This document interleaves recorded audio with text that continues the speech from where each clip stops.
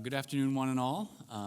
Thank you very much for making some time this afternoon here in the Capitol Building in Albany, New York, USA.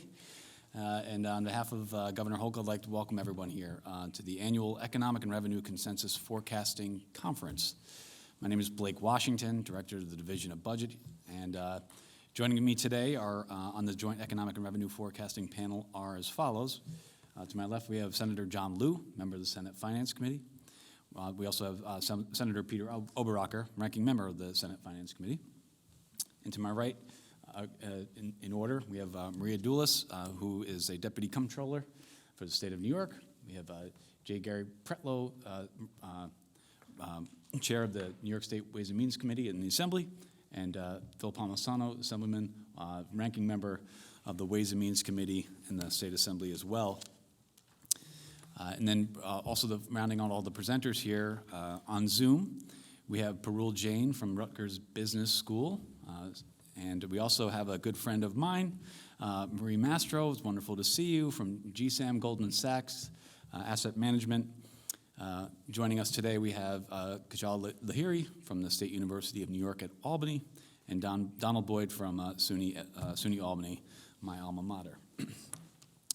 So today's conference represents an important step as we work towards a balanced and on-time budget. Each member of the panel will have an opportunity to provide some brief opening remarks, and then we'll hear testimony from a cross-section of experts who will offer their perspectives on current and economic revenue status. And I think when we get to that point, we'll begin with our friends on Zoom, and then we'll also then hear from our folks in the building. But then as a point of personal privilege, just certainly from myself, on behalf of myself, I just want to say thank you very much to the Division of Budget for all the work that they've done so far to get to this point in budget process. There's a lot of people and a lot of hands go into creating our budget proposals and working on our revenue and economics forecast, dedicated team of public servants, and certainly that extends to the legislature as well, having come from that place, knowing the level of and the quality of work that comes from our legislative colleagues. That's also very much appreciated in our Friends of the Comptroller's Office. It takes a village here, and we all contribute something to getting this process going. So just to begin, from our perspective in the Division of Budget, despite the significant uncertainties we acknowledged last time this year, the U.S. economy remained resilient. But is now showing signs of a weakening momentum, particularly in the labor market. Economic output slowed from 2024 levels, but was held up despite considerable headwinds. High-tech related investment, a stock market rally, and stronger consumer spending overcame the challenges on trade policy uncertainty, re-accelerating inflation, and an extended governmental shutdown. Tax receipts in fiscal year 26 have exceeded the projections published in the enacted budget when the threats of a labor market and economic contraction were still elevated. This is when we enacted our budget. Many in this room recall that we were doing that amidst what federal government was referring to as Liberation Day. And that didn't do so well in the near term for our economy. And obviously after that, things corrected a bit. So currently, fiscal year 2026 tax receipts are expected to end the year 6.5% points higher than fiscal year 25, driven by strong PIT or personal income tax performance that was offsetting losses generated by the corporate tax changes at the federal level, thanks to H.R. 1. These additional resources that are assumed, many of which are assumed in the executive budget, will allow the state to bolster reserves, avoid debt, continued commitments to foundation and Medicaid, and support expanded access to child care and early childhood education across the state of New York. GDP in 2025 expanded at a rate of 2.2%, exactly what was agreed upon through this forum last year. Despite rising recession risks after the announcement of the tariffs in April, continued strength in high-tech sector and consumer spending have supported moderate economic growth for 2025. Current forecasts anticipate slightly higher growth in 2026. The U.S. and state labor markets continued their cooling in 2025, and consistent with the national slowdown in job growth, the state of New York's labor market expansion is expected to remain subdued over the next 2 years. Employment, wage, and income growth will continue to be moderate in fiscal year 2027. The state's unemployment rate has remained relatively flat, relatively steady, I should say, through the year at about 4.2%, and is expected to increase slightly in the upcoming fiscal year as the expansion of the labor market continues to chug along. In line with the CBO's, Congressional Budget Office's economic outlook from earlier this year, DOB's economic, and most importantly in this context, our revenue and overall fiscal outlook is premised on the economy experiencing steady economic growth over the next year and also avoiding a recession. While we're aware that there are many risks to our economic and revenue forecasts, for example, the recent Supreme Court ruling in relation to tariffs reintroduces a high level of uncertainty to federal trade policy, and the recent escalation in global conflicts could further disrupt trade, generate energy shocks, and create higher volatility in the financial markets. External factors such as these and shifts in monetary policy could amplify fluctuations in the financial markets that could have outsized impacts on the economy here in the state of New York. Over the last several years, we've worked together to enact a fiscally responsible budget. In each of those years, that embraces the principles that state spending, absent extreme emergencies, must grow on par with the overall economy, all while carefully managing state policy to ensure our state's competitive position. So all parties in this room that have been part of that process deserve credit for their participation and their responsible budget making. Each of the forecasts before us today represents a good faith contribution to the consensus process. And I should also say that I'm very, very delighted to work with 4 wonderful financial secretaries through the Senate Finance and the Ways and Means Committee. We work with them on a daily basis, and we're happy to do that. But in addition to everything that they've put forward to date, I'm interested in hearing the assessments from our experts. Anything you want to share, of course, the floor is yours. But also would love to hear, how you might any critiques of the division's forecast, and any sort of any insight you might want to provide about how the state of New York might remain economically competitive over the long term. So I know that if there's those are just some of the broader themes, but I would invite, again, our panels and our elected members here today to contribute to that as well. So with that, I know we're all committed to getting this underway, but also to conclude the revenue consensus process by March 1st, pursuant to state law. And so I think with that, I'll stop talking, but perhaps I'll then pass it off for opening remarks to Senator John Liu. Well, thank you, Blake. Good to see everybody. And like Blake alluded to, last year our economy showed great resilience, and we expect continued growth in the coming year. But despite this positive development, economic activity continues to face substantial uncertainty, and the executive is projecting out-year budget deficits. The state has made significant investments to benefit New Yorkers, such as paying off the unemployment insurance trust fund debt, and we're looking forward to continuing to make investments in both our fiscal stability and critical services and infrastructure.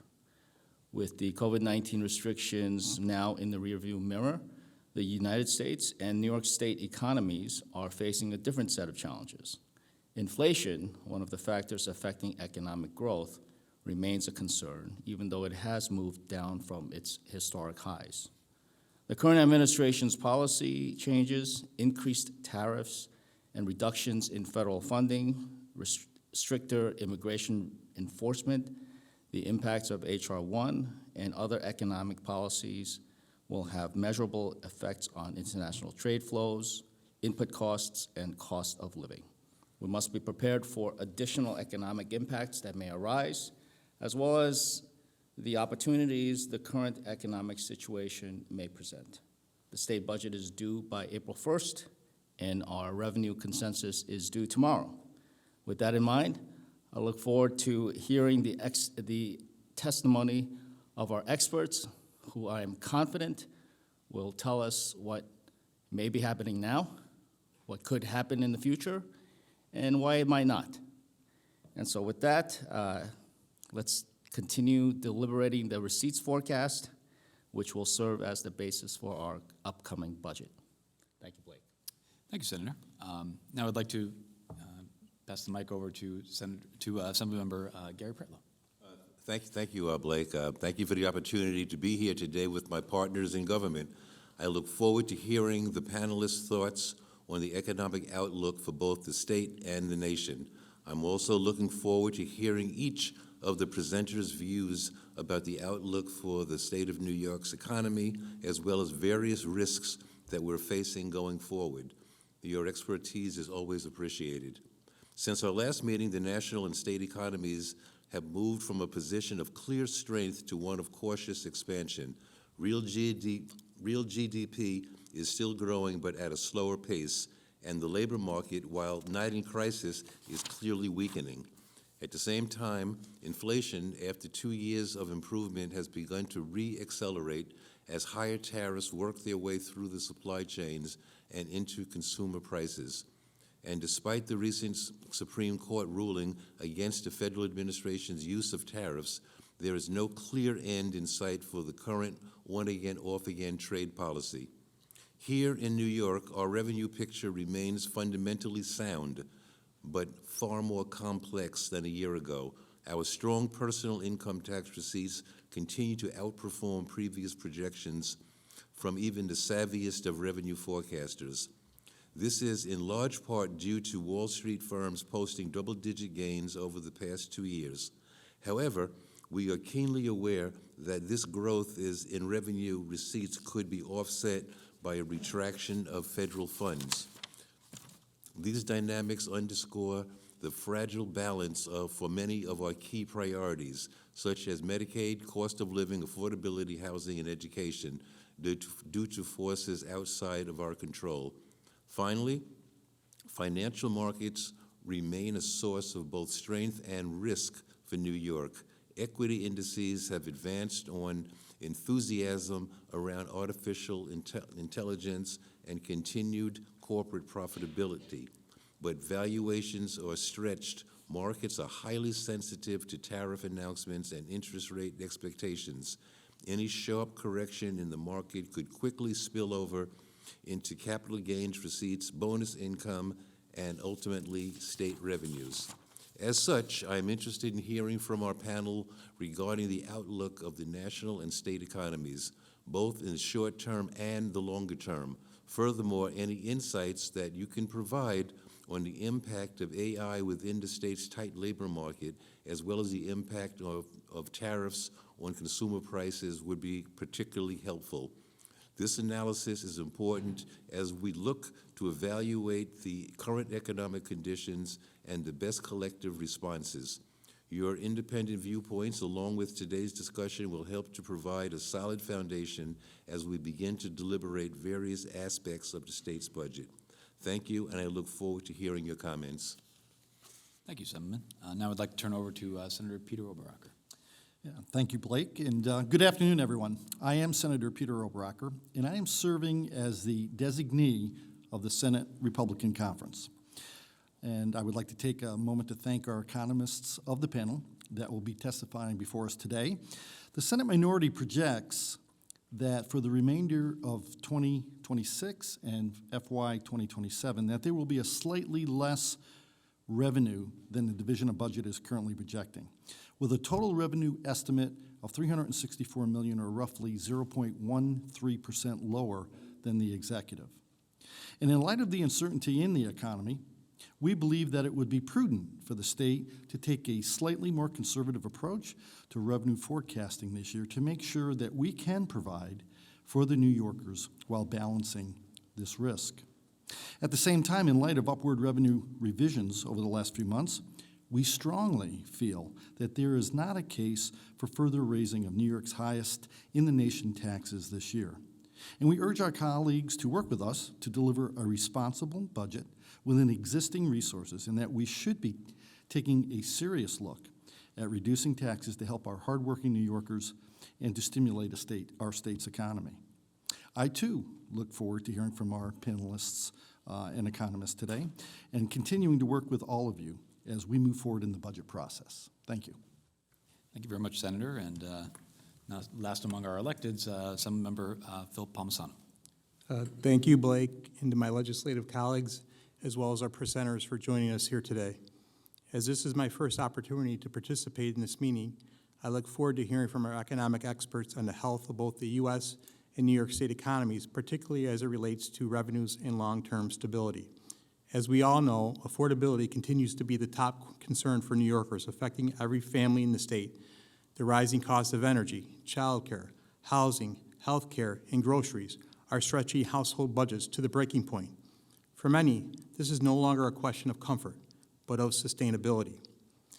New York's economy relies on the hard work of its residents, and when working families, business owners, and retirees leave for more affordable states, we lose not only population, but our tax base, job creators, and our community. We simply cannot tax and spend our way to growth. We need to work together to reverse this trajectory to enact meaningful structural reforms. To make New York more competitive, these reforms should focus on responsible spending, regulatory relief, energy affordability, reliability, and feasibility, and policies that encourage private sector investment and job growth. I'm interested in your analysis on how federal monetary and budgetary policies may shape inflation and economic growth, and how those factors, combined with state policy decisions, could influence out-migration trends and cost of living pressures for our residents. Thank you so very much for being here, and I look forward to working with the executive and our other legislative conferences in an open and transparent budget process that provides New Yorkers with an on-time and fiscally responsible budget. Thank you. Thank you, Assemblyman. Last and not least, our colleague from the State Controller's Office, Maria Doulis.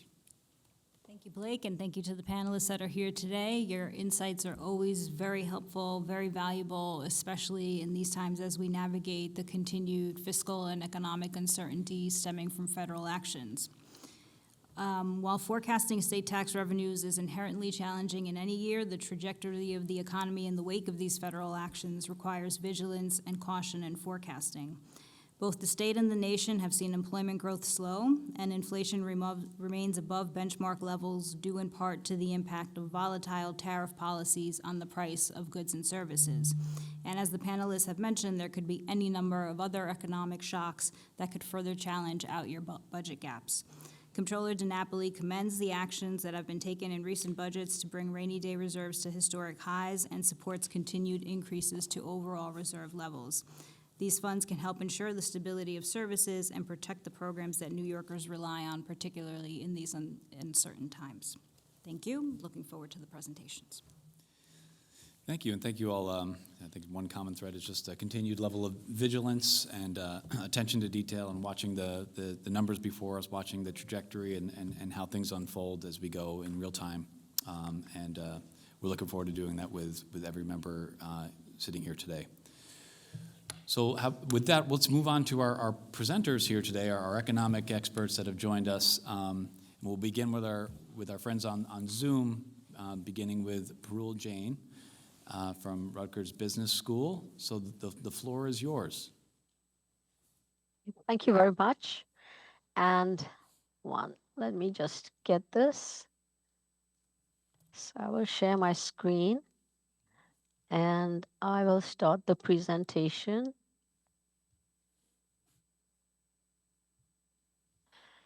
So thank you very much, and good afternoon, everybody. It's an honor to be invited to speak at this particular conference. And as you mentioned, it's both Rutgers Business School and Macrofin Analytics. And I have been doing some forecasts along these lines for a pretty long time, since I serve on the Blue Chip Consensus and the Bloomberg and National Association for Business Economics, etc. So pleased to be a part of this process. And let's see, if I can just sort of summarize a few features of the macroeconomy and what I'll be going through. So unemployment, GDP growth, inflation, financial markets, and the Fed. So, my general outlook is a little bit on the weaker side. I expect to see some tepid growth with higher unemployment rates coming into being during the course of 2026. And if you look at the information that is coming forth, consumer confidence has in fact slipped a bit, but on the contrary, consumer confidence, CEO confidence rather, has in fact improved. So the recession odds are still reasonably high at 30%, but that's down from the previous 35%. So the high frequency indicators, I guess we get bombarded with them on a daily basis. Today we got the producer price index, which looked pretty angry, but if you look at other high frequency indicators, we've been seeing a somewhat mixed picture, and that could be possibly related to the shutdown that we have been seeing, some gaps in the data. So 2026 growth and labor market prospects, as I mentioned, are looking a little soft. And inflation has been sticky, although the CPI is, there's some quirkiness in the data over here. So corporate profitability is expected to weaken. And of course, as already mentioned, tariff and policy uncertainty do dominate the picture, and that could stymie investments. Fed is going to be keeping a very watchful eye on inflation, and so they're going to be much more careful with respect to rate cuts. And fiscal policy, we've seen, we're going to see a big first quarter jump in government spending. And in fact, the deficit situation has become much more has worsened. And in fact, the fiscal year deficit could be touching something like $1.9 trillion. So although financial markets, it's the daily bombardment of data, but, we could see some fresh challenges as 2026 progresses. So the broad features of the U.S. economy are well known to everybody. I guess the point to note is that, unemployment rate was 4.3% nationally in January 2026, and we're awaiting another report. And, GDP, in fact, did stabilize in the middle of last year, second quarter, and the third quarter, real GDP, and then slowed down a little bit in Q4.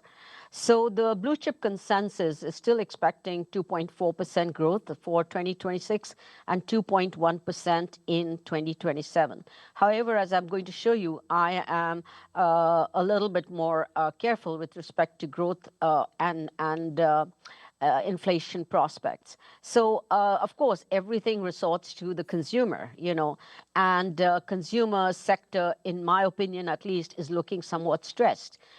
If you look at some of the data that has been coming in as well.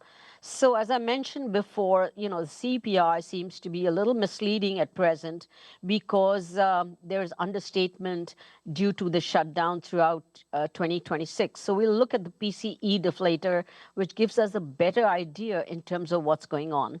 So yeah, it's a huge economy and the envy of many. And so I just put these pictures up for you to look at. But, as you mentioned, real growth in 2025 was decent, 2.23%. And the question is, where are we going to go from here? But some other features to look at, if you look at nominal and real per capita GDP in the United States, that has been on a rising path. So we're not badly off in that particular sense. And what I also like to look at is, if you look at the data, I like to refer to the Congressional Budget Office's projections for potential real GDP growth. And one thing that tells us a little bit about slack in the economy is the GDP gap. So if you compute the GDP gap for 2025, which is the last piece of information for the fourth quarter of the year, that actually indicates that the economy the actual GDP is operating above potential GDP by 1.98%. And to me, that indicates that, the economy is overheating. And in fact, we could be looking at higher inflation in 2026. But that has been true also for part of 2025. So, and we have seen some firmness in the data. But it's interesting to look, at some of these CBO projections, and they factor in, for this long period of time, 2026 to 2030, that real potential GDP is actually around 2.1%. But, and it's fueled largely by labor productivity. So labor productivity has gone up, but potential labor force growth is down to minuscule proportions, 0.04. So you can blame, immigration, you can blame, slowness in growth of the, new children being born and so on. But that to me is a worrisome number because it indicates that, we could run into some issues with respect to labor force. But the expectation is that AI will help propel up labor force productivity. So if you look at the unemployment rate, if you look at it in terms of the historical record, you'll see that it's currently around 4.3%. But what's the meaning of that? If you look at, some of the estimates of what we consider full employment rate to be, then it's not substantially above that. So economy is pretty much full employed. But the labor force participation rate has pretty much flattened out. And that's another feature that, we need to understand a little bit better because certain age groups, the labor force participation rate has in fact declined. So, the other way to measure economic slack is looking at factory utilization. So I like to look at the capacity utilization rate. And in fact, looking at this, there's nothing much to be said here because yes, it dipped like crazy during during the pandemic, but then it picked up, and right now it's kind of meandering around. But my worry is that if capacity utilization is so little, then in that case, it leaves less impetus for business investment to pick up. And of course, there are issues relating to tariffs, which is a global, issue as well. So if you look at inflation, yes, inflation, as I said, we can look at different measures of inflation, but the PCE price index, it's indicating that inflation pressures are high and they're going to remain at least in my outlook, remain a little bit on the higher side. So this is what the Fed is targeting, and their target of 2% is really not being met. And in fact, it is stubborn and sticky inflation rates that we're seeing over here. So what else can we say? Fed is obviously in the picture because of the simple reason that they do have a inflation target as well. But when I look at the financial conditions picture, I don't find a sense of alarm over here. So this is the St. Louis Fed Financial Stress Index. But the expectation is that although, we did see some spikes during the COVID time period, financial conditions still look pretty easy from this particular perspective. But, higher interest rates plus policy concerns could show us a great deal more volatility on this front. So the interesting part to note is, we tend to look at the nominal Fed funds rate, but what we should really be looking at is the real Fed funds rate. So real Fed funds rate is basically the way I've captured it here, effective Fed funds rate minus PCE inflation. And this number has actually been positive since March of 2023. So in that case, what we're seeing is that monetary policy is mildly restrictive actually at the present time. So, the other thing is what are corporate interest rates doing? And I like to look at the whole vector space, across rating categories. And in fact, what if you look at interest rate levels themselves, they seem to have flattened out a bit, and the interest rate spreads between these different categories indicates that, that the risks that are being studied over here, there may be, an issue of complacency risk. We tend to become very complacent, and then when we see defaults rising or we see some other bankruptcies occurring, then, immediately we're knocked out of our complacency. And that is also seen over here in terms of the Moody's averages as well. So that is something to just keep our eyes open for. And what I thought I'd quickly jump into is the macroeconomic forecast. So this is my macroeconomic forecast, and I apologize for the tiny numbers. But essentially, my forecast right now is that real GDP growth in 2026 is going to be on the slow side, about 1.6%, and then tick up a notch for 2027. And as far as inflation is concerned, if we measure it by some of these numbers over here, let me see if I can annotate a little bit. All right. So if you look at the GDP price index, consumer price index, if I look at the PCE price index, those remain above 3%. And I think my belief is that there are upside risks present over here. So industrial production has been on a slow pace. But what is most worrisome is real disposable income. So with labor markets going into a little bit of a downswing and non-farm payroll jobs, stabilizing out, or to almost negative actually, then in that case, real disposable income is at risk. And in fact, if you look at the fourth quarter and the third quarter of last year, real disposable income growth was actually quite flat. So that is something to keep in mind. We may be surprised on real non-residential fixed investment because of the simple reason that I guess there are going to be a lot of tax incentives to invest. But corporate profitability may be in for a little bit of a nosedive, especially as we go into 2027. So with respect to interest rates, yes, the Fed is going to cut at least 2 times in my estimate, and that is certainly going to knock down the 3-month Treasury bill rate.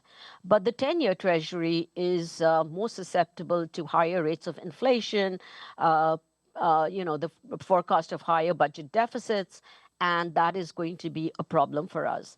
So right now, as I said, the unemployment rate is 4.3%. I expect it to go up to 4.7 to even 4.8%. I've actually lowered it just a little bit because of the fact that, we're having shortages of labor supply. And I know I was supposed to address the housing sector of the economy. I think it's a little bit, that we will see residential construction tick up, but it's going to be not quite as robust as we would like it to be.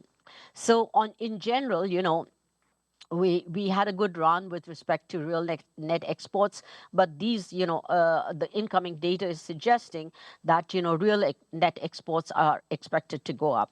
So the below table takes you through the quarterly forecast, and you can see how pessimistic I am with respect to first quarter prospects. But, nothing goes up even to the Congressional Budget Office's 2.1% potential GDP growth rates. And inflation remains strong, and so on.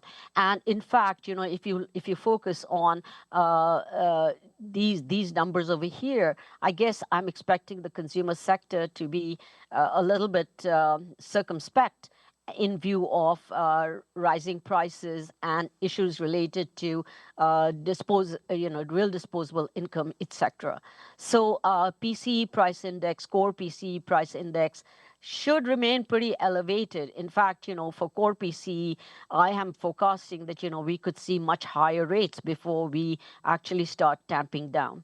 And so these are the general forecasts from the blue chip as well.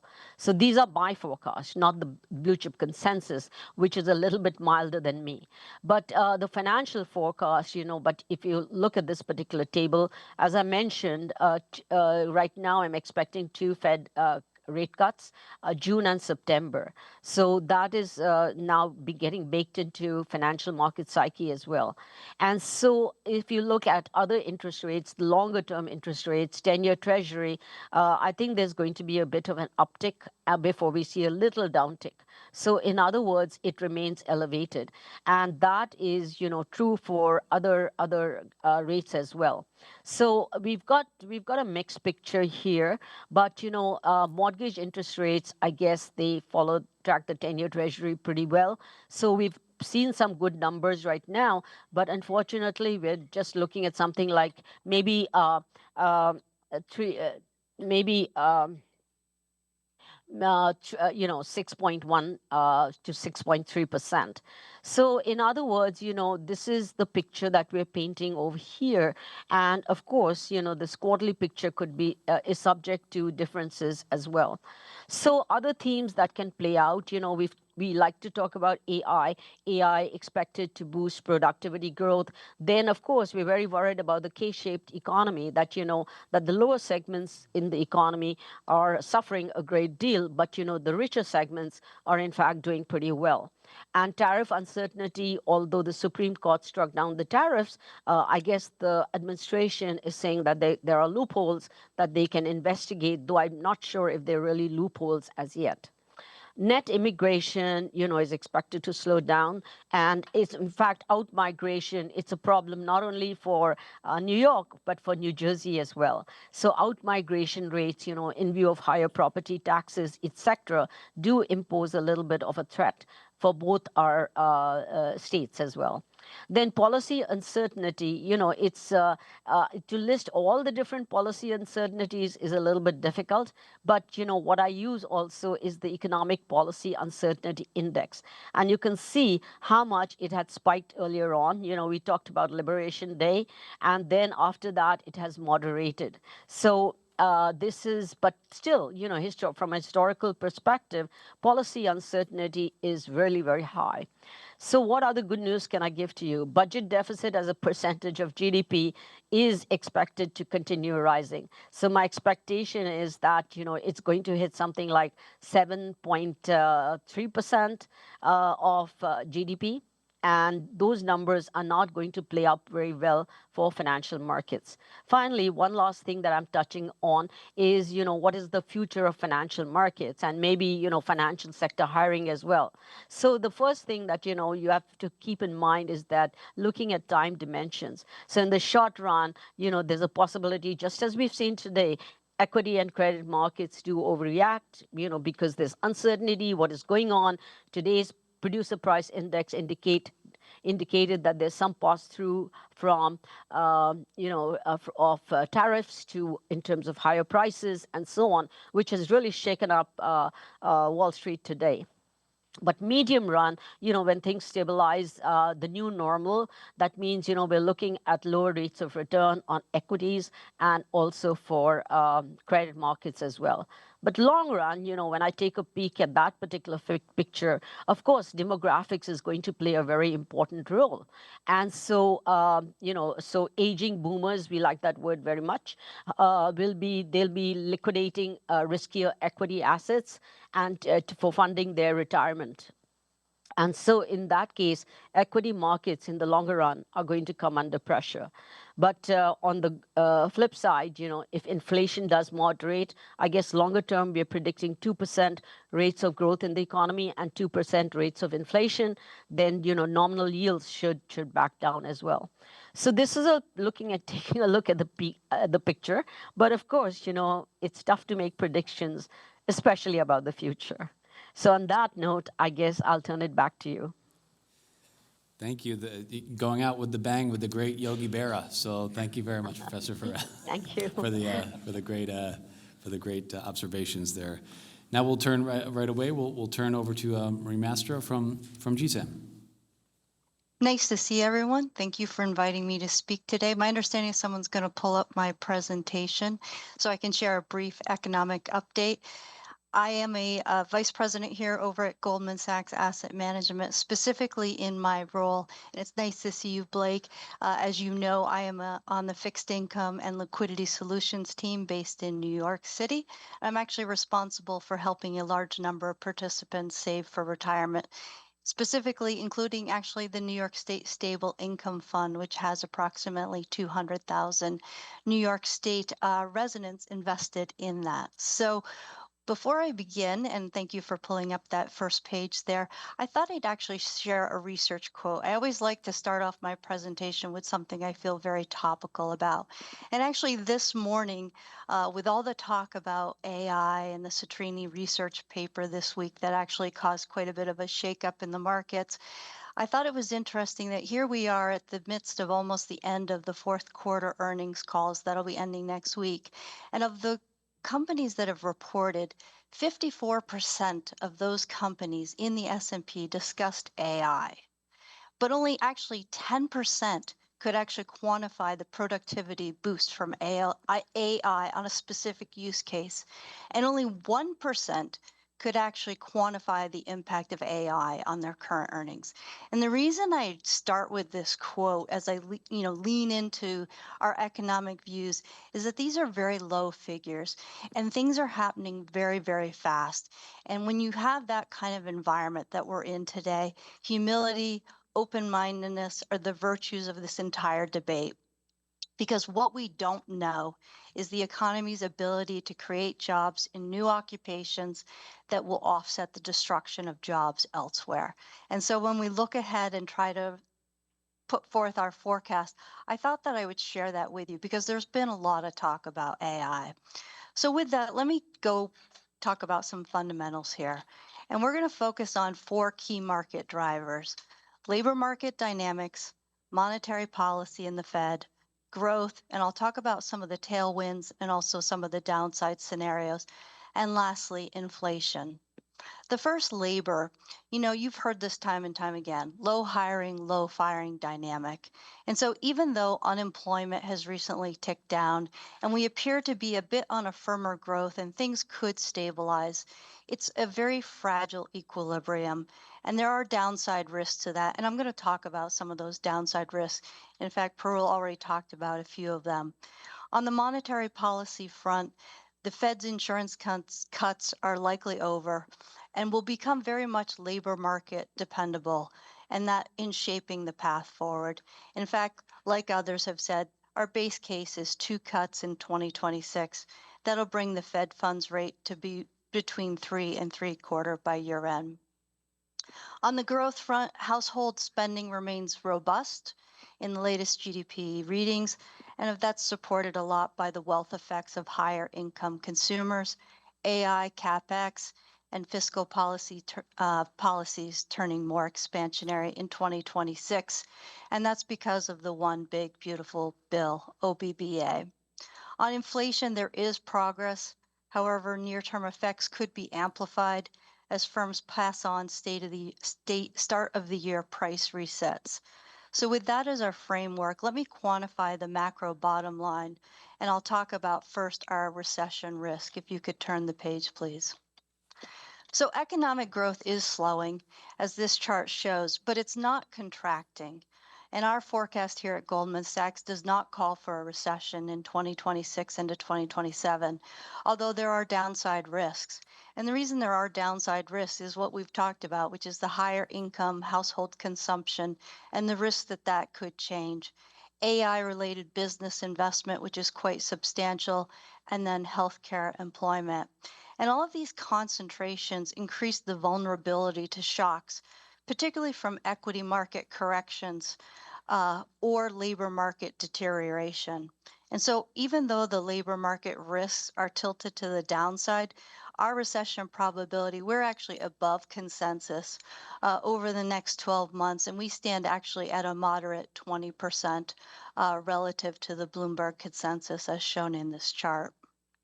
If you could turn the page, please. On the labor front here, this is a mixed picture. So our estimate of underlying trend job growth recovered to actually recently 70,000 after the January employment report. And if you look at this chart, you'll see that that's actually the highest pace since the second quarter of 2025. And it's actually back in line with the estimate of what we call the break-even rate, which is about 50,000 jobs a month. However, having said that, this has only been 1 month, and we worry that the news of the real-time estimation of what they call the contribution to this growth rate from business openings and closings, called the birth-death model, could be larger than usual and may have actually added volatility to this forecast to the numbers going forward. If you could turn the page to the next page, another sign of labor demand and where we have some concerns is that despite this pickup in the trend growth, this lingering concern is that that payroll growth is very narrowly confined to the healthcare industry, which you can see there in the chart is the dark blue. And that concern originally didn't bother us much because it emerged in 2023. And that was because labor demand at that time was still higher than before the pandemic in nearly all industries. And the concentration of job gains appeared to simply reflect the catch up in hiring in a few badly underscored sectors such as healthcare and education, which were difficult during the pandemic. But that's much less true today. If you look at the chart on the right, which is the job workers gap in a number of industries, that has actually now fallen below 2019 levels as shown in the blue. So far, though, our industry level measure of mismatch between available jobs and workers remains low. But this labor backdrop is why the Fed path still hinges very much on labor market health. If you could turn the page to the monetary policy, the FOMC looks to be on hold for the remainder of Chair Powell's term, which is going to end here this spring.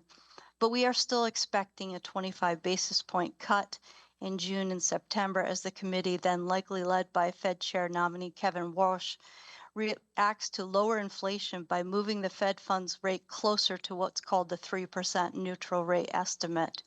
However, the risk to this forecast still lean to the downside.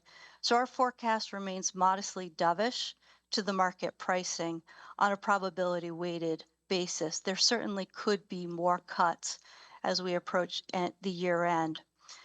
But as we think about policy, let's talk about growth if we could turn to the next slide. Here is a picture of growth in terms of GDP. And if you look at the left, you'll see that we are actually in dark blue above consensus growth in 2026. We forecast GDP growth of 2.8% on a full year basis, which is 0.4% above consensus. That's supported by a couple things here: consumer spending, business investment, tax cuts, a reduced drag from tariffs, and easier financial conditions. But the reduced policy uncertainty and easier financial conditions should also support business investment, which you can also see in the chart, which we expect to be the strongest component of GDP growth in 2026. On the next couple of pages, though, I want to walk through some of the risks to growth, including equity market correction, AI, tariffs, and oil shocks. So the first one here on this page is the equity market correction. We've done some analysis that suggests that a sharp equity correction is probably the most significant near-term risk, because what it would do is actually flip the wealth effect, which is right now a tailwind, into a drag on consumption. So in this chart, we actually simulate different equity market scenarios to quantify that impact in net worth on consumer spending growth. And we focus on a particular downside scenario in which stock markets decline by 10% in the second quarter of 2026, and then they stabilize through the rest of the year. If that were to happen, that would erase what we just showed was a 0.3% boost to spending from the wealth effects that we expect in our baseline. And that would result in a negative effect in 2026 and a net neutral effect throughout this year. Of course, this hit would come disproportionately from spending from that higher income households, which have very much been driving a good component of growth. Another risk to this forecast, which is on this page here, is the risk of AI. Faster and more disruptive deployment of AI poses risk to the labor market. So far, as I said in my opening statement, those have been visible but moderate. The left chart shows that job growth has slowed and actually turned negative in a few sub-industries where AI is most readily deployed. And those job losses are approximately 5,000 to 10,000 on the average job growth in 2025. And we currently expect, as a result of this, that the unemployment rate will edge up to about 4.5% by the end of 2026. And that's partially reflective of some of the displacement effects of AI. We also looked at some of the other risks because of AI, and it actually might be skewed slightly larger than what we're projecting. For instance, labor displacement from faster AI, and that's the chart on the right, could add up to an additional 0.3 percentage points to the unemployment rate from our baseline projection of what we just walked through. Another risk, if you could turn the page, is tariffs. On tariffs, we consider in this chart the impact on consumer spending growth. So not talking about the inflation, but actually the consumer and how much they're spending. Well, we expect the increase in the effective tariff rate to fall a bit from 10% to 9% following the recent Supreme Court ruling. It could rise more than we expect, so a bit of uncertainty here. And additionally, another thing to consider is that right now the tariff cost passed through the consumer could be higher than the 70% that we are currently. So if it were to increase to 100%, as a rule of thumb, the worst case scenario modeled in this chart is that we estimate that for each additional 5% increase in the effective tariff rate, which is well above our expectation, would raise core PCE inflation by about 0.5% in 2026. And as a result, it would actually lower consumer spending growth by about 0.4% via a decline in real disposable income as shown on this chart. Another risk to growth on the next page is oil. And while this one is much less, it's important to highlight you can't do an economic presentation without focusing on geopolitical tensions. And our baseline expectation is that oil prices will peak in February and then gradually decline the rest of 2026. So we assess the effects on GDP of this scenario where oil prices actually increase $10 a barrel above our current forecast shown in this chart. Our oil consumption model suggests that a drag of about 0.0 percentage points on 2026 GDP growth from lower consumer spending, as obviously higher oil prices would weigh on household disposable income. However, an offset to that would be that it would actually boost GDP growth through energy capital expenditures, although we expect that would be relatively modest, as the potential temporary increase would be likely not flow through to CapEx. So on net, we actually expect a $10 barrel increase in oil prices would weigh on growth by only 0.05%, as shown on the chart on the right. Turning the page, if we were to summarize all of these risks that I've just walked through, and you can see here on this chart, across a range of scenarios, the estimated impact on 2026 GDP growth is actually relatively limited. The largest risk coming from the potential stock market correction, as you can see here on the far left on this chart. The risk analyzed could impact individual GDP drags by anywhere from 0.05%, which we talked about with oil, to 0.5% by a 10% stock market correction. So while no single scenario could bring the economy into a recessionary territory under our baseline, the simultaneous materialization of multiple risks, particularly a combination of an equity market sell-off, an AI-driven labor market displacement without the productivity gains, would amount to a more substantial growth headwind. And in that scenario, the Fed would cut interest rates more aggressively to try to offset some of this impact. So in summary, and again, we like to use lots of small font as well. Despite all the elevated geopolitical risk, sharp sector rotations that have happened in 2026 as we've started the year, our optimistic baseline outlook for 2026 remains largely unchanged. We expect U.S. growth to outperform consensus expectations, helped by fading tariff effects, fiscal support, and easier financial conditions. This favorable combination should support risk assets, although high valuations limit expected returns from this point forward, and a lot of uncertainty about the winners and losers from the AI revolution could keep markets choppy, even in the absence of major shocks. If you take one thing away from this, recession risk isn't our base case, but the labor market equilibrium is fragile, and the biggest market risk swings run through the market and could impact the wealth effects and select inflation shocks. Thank you for your time. Well, thank you very much, Marie. Very thorough as always, and we appreciate your insight. Now we'll turn over to Kajal Lahiri from State University of New York. Thank you.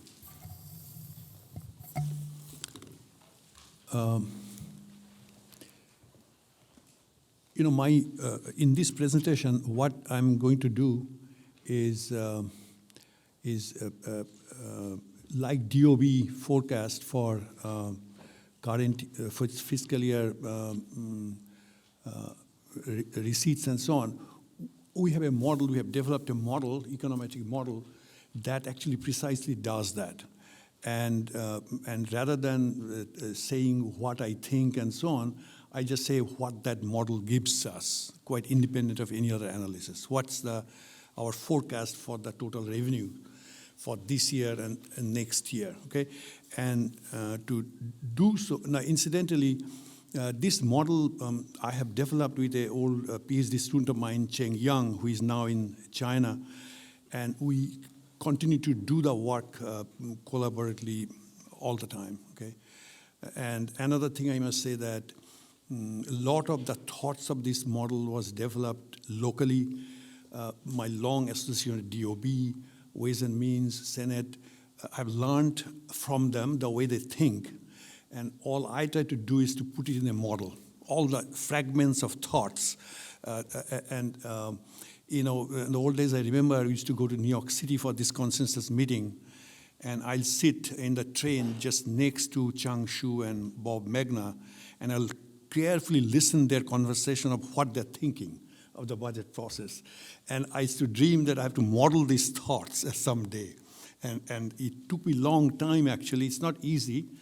And I must say that this model that I'm going to present, nobody has this. No state in America has this model set up, okay? So I'm pretty proud of it. Some of the features of this is that, you see, anytime a new data comes in, we can update our model. For example, the thing that I'm going to forecast today, we have like 1 month information advantage over the DOB forecast.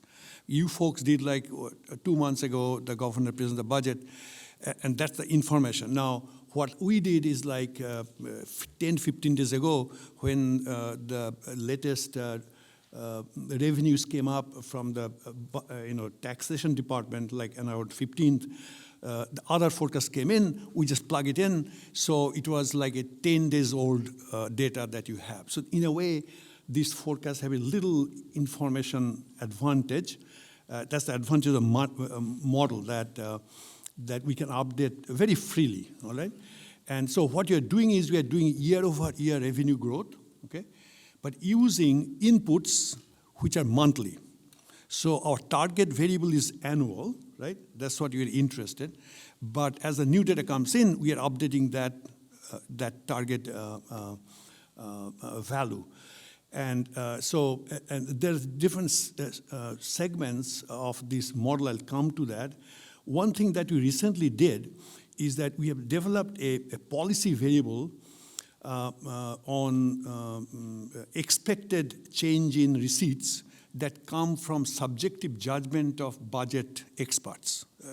These are published regularly by NASBO. And so we have, I'll show you that. So there are 4 ingredients to the model.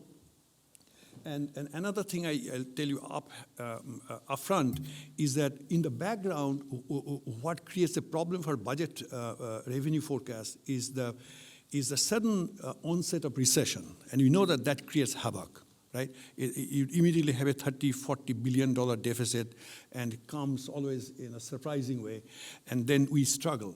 So this model has a built-in recession probability forecast in the model, okay? And that all function of data.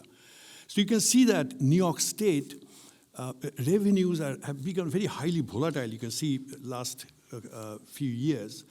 And this is what makes state of New York sort of vulnerable for making mistakes in the budget forecast. And also that makes it prudent to have our rainy day fund more, because our variability is more compared to many other states. We have New York City, the bonus, they are so variable. So you have to have more cushion in terms of rainy day fund to fend off those kinds of unforeseen circumstances. So I'll show you, we have this model, we have published a paper, this thing 2-3 years ago, but then we updated the model and it's a lot refined model we have now. So it has been peer reviewed. It's not that I'm telling in front of you some big things and getting away. People outside the world are looking at it, what we are doing and endorsing or not endorsing. So some of these variables that come very importantly in the model are things like initial claims for New York. Incidentally, in our forecasting model, we have a whole bunch of New York state-related variables, because you know that business cycles in New York State doesn't overlap all the time with the business cycles of the national economy. So there are specific, business cycle variables for New York, and many of them we have assembled. Many of them are new data actually. Nobody has used those kinds of data, so I'll show you. This is the Transportation Services Index that I have developed Albany. It is produced by U.S. DOT every month. So you can see that a couple of years it has come back solidly. There's no issue there. Now, the leading economic index from the Conference Board, somehow it is going down. Because there are variables that are showing good prospects. There's some variables that are showing softness. And the question is, how do you put them together? What's the totality of the consensus of all these variables that are telling you with respect to revenue forecast?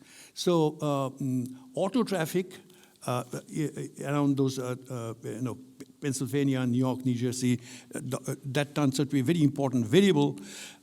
You would not see too many people are using these variables, except they're highly predictive of what happens around New York City, okay? The traffic that moves around, the bridges and so on.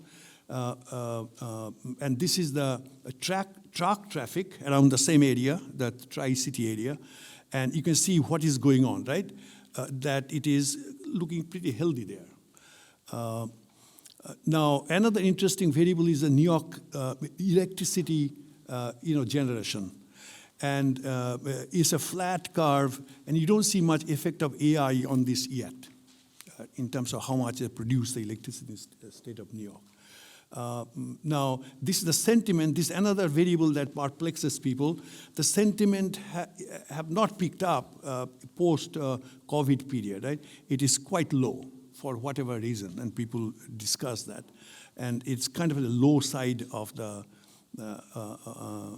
graph. This is the consumer sentiment from University of Michigan. If you look at New York State coincident indicator, the Philly Fed makes it, and it's pretty flat. It's an improvement over one of the New York State coincident indicator that was published by Bob Magna and Chang Shu, and many years ago from here. And you can see what is happening to the New York State coincident indicator. This is all based on New York State values, variables, okay? Nothing national. Now, a lot of us talk about blue chip forecast, and you can see what the state of things, right? It failed, then it is kind of coming back on. Still not very strong, right? So this is next year real GDP forecast. Because realize right now, we are trying to make the revenue forecast for next year. That means we are 14 months ahead in terms of our target year, right? So the horizon is very important. We start like 18 months ahead, and you slowly get into the target year. So right now, in the month of February, we're talking about you're making a forecast 14 months ahead. And 14 months ahead is not a very friendly horizon. You tend to make mistake at this point. And I'll show you that actually things get pretty good very quickly. In 3-4 months, the uncertainty of budget forecast gets really rapidly gets better, okay? I'll tell you from our calculations. Now, we also are talking about economic policy uncertainty, right? That has become a very important variable elsewhere, everywhere, particularly with the tariff thing that's going on. All it is creating is a lot of uncertainty, right, as you know. And uncertainty, everything else, it is bad for the economy, right? If nothing happens, just the uncertainty itself creates huge problem in investment, consumption, everything. So that got really high. Now it is slowly, it's getting better, and so on. Another recent index that has come out is a composite indicator for systematic stress for the USA. It's a very recent paper that came out, and there also you see it looking pretty good, I mean, that systematic risk variable. And then, see, these are the list of variables that painstakingly we have been developing, many. So it's a many predictor model. We started off 500, 600 variables, many New York State, many US economy. And most of these variables have leading value. That is, we have checked that they actually forecast ahead. Not necessarily any kitchen sink variable that we put in. That's not what we did. So, and you see there are a lot of new variables that we have gone out and put in our analysis. At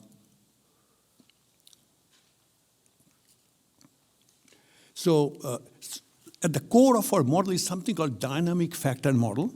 That is very standard in economics these days. What happens is that these days of big data, you have 500 variables, and you cannot use all of them. So what they do, they extract one or two underlying factor that represents all of them. Okay, and they're dynamic. That's why they call dynamic factor model, based on many indicators.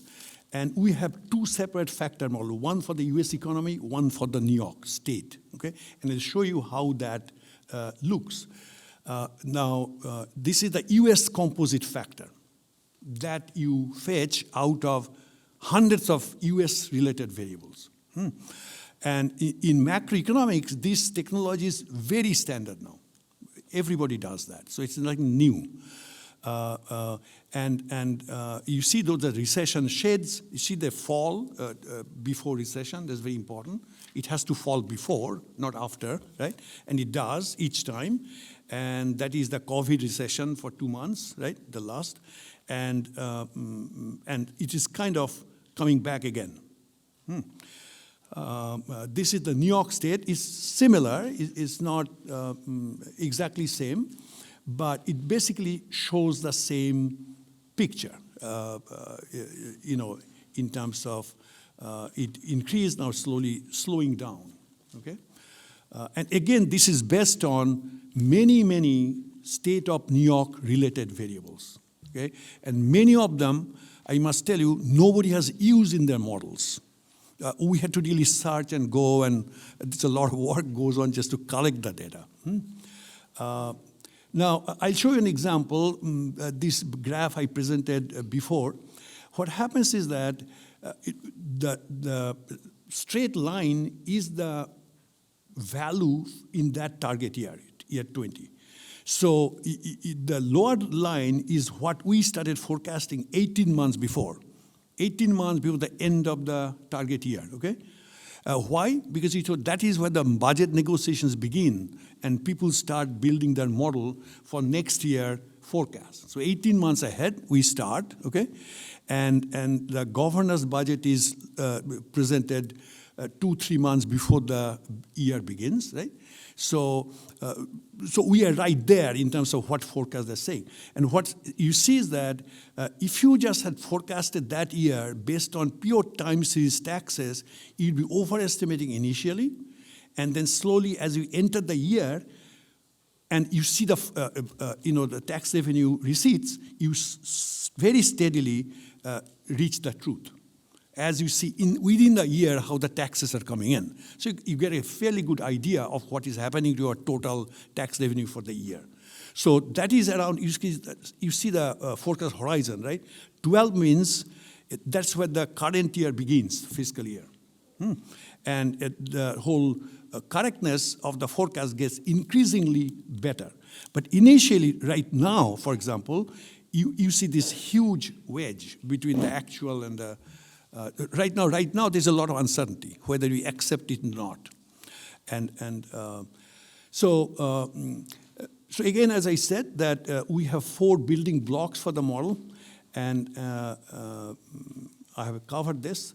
And now the tax policy variable that is new this year, we have constructed by looking at different NASBO reports, DOB websites, the Senate Finance website, Ways Means website, Urban Institute's website, whatever experts are saying that the idea is that, sometimes there are policies that have been enacted, but the effect has not felt for the year.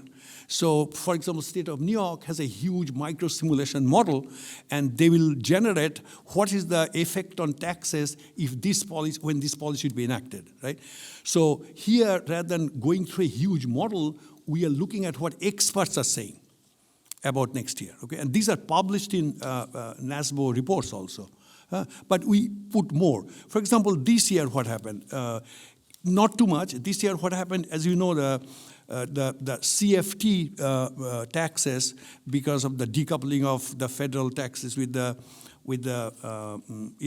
corporate franchise taxes, experts in New York State realized that next year there will be additional close to 1.4 billion receipts that are going to come in, and that is part of your budget too. It has not happened, but they have expertly judged that due to this change in regulation, this much extra receipts we are going to get next year, okay? And so that has to be brought into the model. Otherwise, you just miss them, right? These are not current law forecasts. These are not current law forecasts. These are like what the CBO does. These are, you anticipate whatever is going to happen next year, given the laws that have already been passed, but not has been implemented yet. You have to bring them in. So that is what the tax policy variable does, all right? And you can see that it is in anticipation. It leads what happens next year because they are anticipated. They're expert judgments. The fact is that people who work here in DOB and this and that, years of work, they have a lot of intuition of what is going on in the budget, and why not try to fetch some of the ideas in your model, but quantitatively. That's the whole idea. But that's just one part of the model. The complicated part of the model is that you don't need to worry about it. These are monthly frequencies, and we have 3 different models, factor model. And the first one is the taxes. We have the monthly taxes that we see coming in. So you can watch the taxes and try to forecast out of the taxes. You can do that. But that's just one part of the model. The other parts of the, say, US factor model, which gives you the recession, when the recession is coming, or in New York State, those factor models actually give you those kinds of protection against unforeseen this thing. So what you do is that we have the 4 segments of the model, we combine them. It's a pretty standard econometric technique there. You combine and get a combined forecast, okay? And also these models also give you the uncertainty of the number, which is very important. When somebody gives you 4.5, that person doesn't know what's the associated uncertainty of that number, okay? And that uncertainty you get also out of this. And so the 4 model, how much weight they get, the interesting thing is that you can see in this graph that certain models have increasingly more weight into the year. But the other models had importance before the year actually starts, like long-run forecast. And the policy variable that I told you, what we found out that the role of policy variable is in the middle range, where you see that the root mean square you gain by having that policy variable. That is not at the beginning, not now, not at the end. It is right in the middle, right about this time, it kicks in maximally. So these are all horizon specific. And right now we are 14 months ahead. And these are some of the pictures you get. You know that a shady thing is the uncertainty surrounding the point estimates. And you see over the years, like 24, how 18 months before you start forecasting and how slowly you come back to the truth, which is the horizontal line. And this is for forecast. You start off like 2 to 3%, and then the actual was the horizontal line, and it slowly went towards that as time got more and more information in the model. This one is important for us, right? So for 2026 fiscal year, you can see we started doing 18 months ahead, right? So it starts there, and those are the underlying forecast uncertainty, the red shades. And currently, our forecast, I have written there, that the nominal growth nowcast for tax revenue for fiscal year 2026 is currently 9.74% nominal. That means close to 1.25.4 billion. Which is very close to DOB estimate. Sometimes we have not come very close to DOB estimate for many reasons, but this year, fortunately, it is very close. And you can see right now it is pretty certain because we have just one more month left for the year. So we know what is going on this year, more or less, okay? And given that, for the coming year, so that just right now, the year is beginning. So just a couple of few more months, and what we are saying is that the nominal growth forecast for tax revenue for fiscal year 2027 is currently 4.8%. So the growth forecast has gone down. Last year was a bumper year. So it's like 4.89 with a nominal value of 131.36 billion. Which is very close to DOB estimates, actually, fortunately. I didn't even see the DOB forecast before we believe me what he did it. And then I found out, wow, this is pretty close, which is good. You're not to argue with me. But the important thing is that the band surrounding number, we are giving more than the point estimate. We are giving you the underlying uncertainty, 95% uncertainty around the number, okay? And it's pretty good, actually. It's not very highly big band. So again, I'm showing you the tax policy variable. That's a new one. We had to construct, we worked on this for 2 years. And so this is my bottom line. We forecast and nowcast tax revenue with mixed frequency data models. Forecast combination, right? Utilizing many leading economic indicators, and with a tax policy variable we built. And our current 14-month ahead forecast for fiscal year 2027 is 4.8% nominal, because that's what people do. That's why I keep it nominal to be comparable, which is equivalent to 131.36 billion based on the nowcast that I just showed you, what we produced, right? Because the year is not yet over, 1 or 2 months. And that is our bottom line of forecast. Fortunately, this year, our forecast is very close to what DOB has produced. Thank you. Excellent. Professor, one thing you said earlier, you said that DOB and Ways and Means and Senate Finance taught you the way to think about these things, but I think it's a little bit humble, because I think you taught half this building in your economics class at University of Albany. So obviously, we thank you for that. I tell you, he's sitting next to me. He's such an expert on this thing. I have taken it to my office in the government. I said, I'll tell you my paper. You tell me, are you on the ballpark? And I said, do this, do this, do this, do this, do this. Senate, Finance Secretary, 2-3 times I took him to my office. I said, let me present my stuff. What do you think? What do you think? And I listened very carefully. And of course, there is so much knowledge they have, right? And so we have tried to incorporate those things in this model. I'm very proud of it. It took a long time. But yes, We can tell you're not a gambling man. On your revenue chart, you showed the sort of dispersion between the two numbers. We call that the over-under, you know. I'm not a gambling man either, but so they tell me. Thank you very much. And now we'll move on to Don Boyd for some remarks, please. Thank you very much. Thanks for the invitation, by the way. I appreciate that. So I'm going to talk about some things that I think lots of your staff probably know very well, but I still think they're worth talking and sometimes trying to illustrate graphically. One thing that I do hope comes through from my presentation, you face lots and lots of risks. Some of the risks you face early in your budget are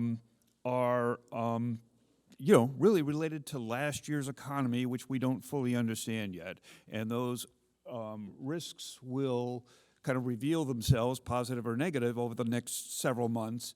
I just think it's important to realize that should you have good news in that period, it's important to realize that's last year, and you need to kind of be thinking about the economy going forward, and not let good news related to last year mask what's going on in the present. So let's see if I can do this right. All right, good. So some revenue forecasters woes, and certainly your staff know about this, but let me just kind of recount a few of them. And some of them are shared by macroeconomic forecasters, and some of them are kind of unique to revenue forecasting. The first is we do not truly know the present. There are substantial data lags in some of our measures, both of the economy and tax revenue, particularly your income tax returns. You're still kind of finalizing what you know about 2024, and there's a whole bunch you don't yet know about 2025. The other is the past isn't what it used to be. There are substantial data revisions you often face, which learn about, which change your view of kind of where we are and where we've been. The economy we measure is not quite the economy we tax. I'll have a couple of examples of that as we go through this. And not only must you forecast when people, not only must you forecast what people owe you, which is, economic forecasting is the core. It's the starting point of everything you do, and it helps you very much understand what people may owe you, but you also face great uncertainty in when they pay you on certain of those things. So I just want to talk a little bit about population and employment. We actually have surprisingly unlagged data. In January, Census Bureau released their estimates of what happened in 2025, which allows us now to kind of see a little bit of a trend since the 2020 census, all right? And so what you have is kind of upper left quadrant is in thousands of people, how the population changed from one year to the next, numbers of people, as we move from July of 2020 to 2021 and ultimately out to 2025. And so those negative bars you see in the first couple of years is a substantial part is COVID-related outmigration, and so we had a couple of very negative years, and 2024, that blue bar that's sticking up is, was a substantial growth in the population, about 200,000, 215,000 people. And then the very last bar is what happened in 2025, as best we know, and that is, basically flat, up 1,000, right? So and before I just talk a little bit about the pieces of it, it is important to remember that while these data come relatively soon, they don't necessarily come as fully informative as you might like. They're, even as we got into, well, maybe especially as we got into the 2020 census, turned out it was awfully hard to reconcile these estimates of year-to-year population change with what the decennial census told us. And, you know, one of the huge problems is trying to figure out which one is more right than the other. The census ostensibly ought to be most accurate, but, you know, there were COVID-related and other factors influencing the quality of the 2020 census. So anyway, so you can kind of break this into three pieces. The natural change, births minus deaths, that's the set of green bars, and it shows you, you know, honestly, they're not the biggest factor in terms of how our population changes year to year. And then the orange bars are domestic migration. They're all negative. And that's really a long-standing trend in New York. You know, people come here and often go to other places. There's lots of domestic out-migration. Those first couple of pandemic period years were quite scary. You know, there's some hope that it has at least stabilized at a lower, less negative outflow than before. And then the last one on the lower right is that's international migration. So we had a couple of large surges, 23, 24, you know, humanitarian related in-migration. And then you see what happened in 2025, which is a dramatic fall off. This, of course, is, you know, heavily related to immigration policies of the federal government and accounts for, you know, in a sense, you know, virtually all of that drop off in population between 24 and 2025. You know, kind of looking forward, you know, for years, international migration has been the main driver of the New York State population growth. It's pretty likely that it's not going to be that in the near term, certainly the next several years. Our natural increase is low and likely lower in the future due to an aging population and likely slower, lower births. Pandemic era surge in domestic outmigration. You know, New York has for, you know, many, many years been an outmigration state, and I think we're likely to continue to be that way. And low population growth, of course, helps, you know, constrains labor force growth and the potential for employment growth. So in terms of employment growth, this is one of those things where you're standing on shifting sands, and what you thought you knew about the recent past changes on you. And so this is year over year growth rate, percentage growth in New York State employment by two measures. The blue line is the official line from the Bureau of Labor Statistics.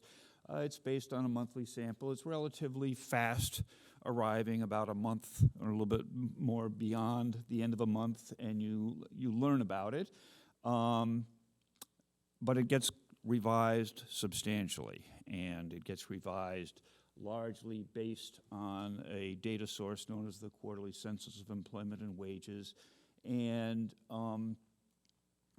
which is a quite full count of employment. You know, much of it's related to unemployment insurance. Very good data. And so monthly data are revised based on that. The Bureau of Labor Statistics revises in March. If you read the budget forecast, you know that the budget group does an extensive effort to also revise data, once they see this other high-quality data source known as the quarterly census that I mentioned. And turns out the New York Fed also provides advance estimates. They do, the process is called benchmarking, bringing the current data in line with what we've learned about this from the high quality data source. And what this shows you, you see that gap that's circled there at the right, basically after the Bureau of Labor Statistics has brought the two sources in close alignment as of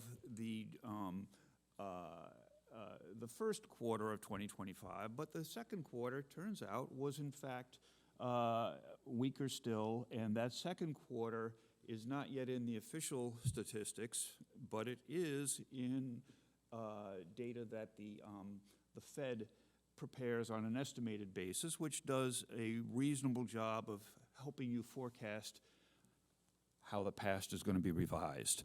So what this suggests is, based on the Fed's analysis, that that orange line, which shows substantially slower growth, including a little bit of year-over-year negative growth and flat growth in recent months, is likely to be a better picture than the current official statistics.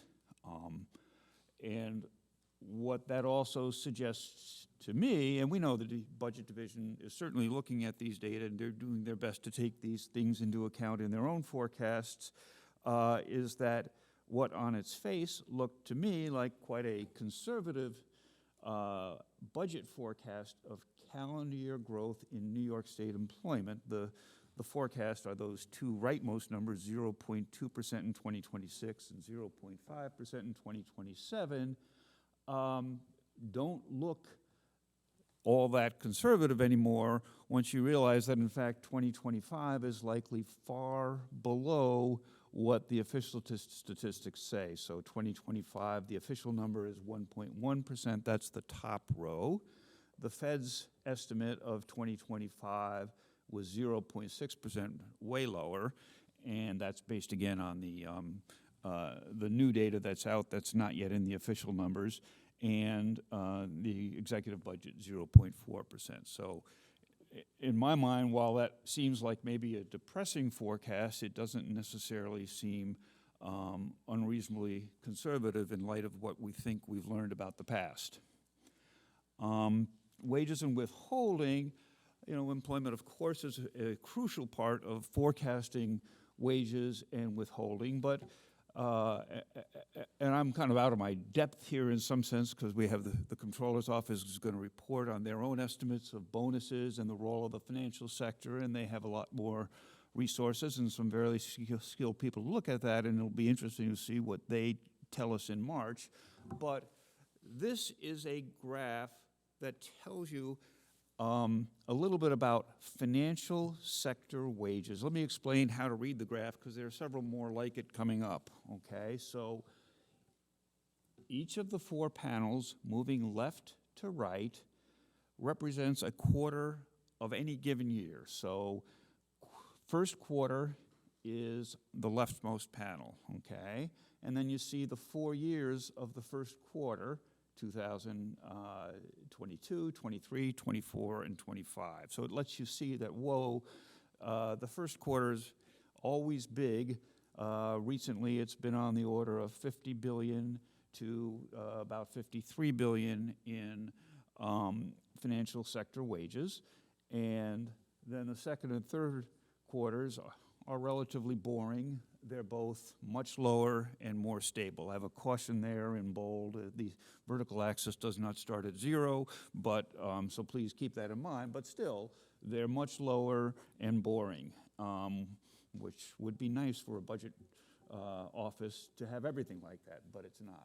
And then the fourth quarter, again, financial sector wages are pretty substantially higher than those other quarters. And so again, you see, and that's really, it's driven in large part by financial sector bonuses. So, but maybe the big number, so the fourth quarter is important and the first quarter is really important, which happens to be the period in which you're generally discussing the budget and trying to figure out how much revenue you have. So that's an important, quite frankly, uncertainty that you have to deal with. It's reflected in withholding. Now, this graph should be kind of easy to understand once you understand what the last graph was. So let me just quickly explain it again. Now it's monthly data, okay? So you got 12 panels instead of 4. And even though I know you can't read everything on the screen, let me just they start in January. So leftmost panel is January, rightmost panel is December.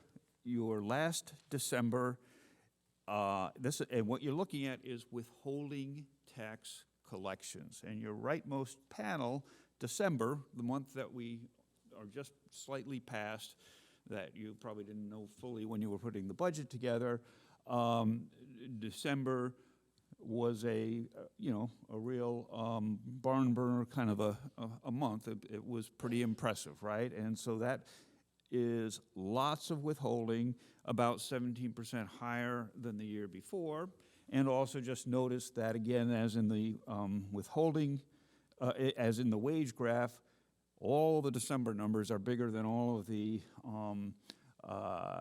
April through November numbers, right? It's a big month. And then the next month is the one that just finished up, which you have to kind of wrap around and look at the left. That's January, and you can see, wow, we built on top of some already high numbers. It's not a very big increase, but between January and December, it's probably good news. I don't know if it was more than you budgeted for, but you probably aren't unhappy with double-digit growth across those 2 months. And last year's February, it's not circled because that's last year, is the month you're going to know very soon. It was a huge month last year. It reflects those big bonuses that we suspect probably happened. What we know happened in a year ago, and the question is what happened? What are bonuses going to be? So now if you get a surge of money in February and March, it's important to realize that's really last year's economy, and it'd be nice to have, but you need to keep in mind that you have a variety of forces slowing employment growth, in the years ahead. But you will see it in February and March. Those are the big months coming up. If bonuses were especially good, so I don't want to go too slowly, but your last real quarter of data on wages was way back in April, May, and June. Okay, what you know about wages is really from what you know about withholding mostly, and from what you know about employment since then. Employment's been slowing, of course, and withholding has certainly held up late in the year. So the point is, this is a big uncertainty for you. It's early in the early in your budget process, if you will, even though it's going to be the end of this fiscal year, and important to remember as you look at it. You want that good news, but you also need to remember it doesn't mean the current economy necessarily is stronger than you expected. So tax-based measures are not equal to economic measures. As important and hard as it is to forecast the economy, when you get that done, you've still got a lot of work to do. Just as an example, personal income and adjusted gross income, which is the kind of important part of the base of the state's biggest tax, they are not the same thing, okay? So these bars show you what happened to personal income, the blue bars, in each year from I think it's, if I can read it right, 2016 through 2023. Again, that's because you don't have data. Well, you have data, but the public doesn't have data yet on 2024. So adjusted gross income spikes sometimes, as you see in 2021, fell in 2022, way below what's happening with personal income in 2023. So there's lots of uncertainty, lots of analysis, and lots of risk related to that relationship between traditional macroeconomic measures and measures that ultimately drive tax revenue. So we're not going to walk through all of this, but this gives you some of the reasons for why personal income and adjusted gross income are related but different. I'll mention a couple of them. One is all New York State residents are in personal income. Adjusted gross income is only those who file tax returns, but it includes the ones who don't live here. The employer benefits, which are a real form of income, right? I mean, if your employer pays your health care, pays your health insurance, that's income to you, but it's not income to the tax system, so it's not in adjusted gross income. Social benefits, quite similarly, if somebody's paying your health care through Medicaid or Medicare, It's in personal income, it's not in adjusted gross income, it's not getting taxed. And while there's lots of other things, the big one I'm going to talk about next is capital gains, where neither accrued nor realized capital gains are in personal income, but they sure are in adjusted gross income. So they're large, they're volatile, it's hot money. What I mean by that is it can be moved by decisions of taxpayers pretty quickly, okay? And they can make some decisions late in the year, but it's mostly a relatively small group of extraordinarily wealthy taxpayers who make these decisions. You can kind of try to put on your hat and think like them to try to understand what they're going to do, although, at least in my case, I'm not so good at figuring out what the ultra-wealthy will do.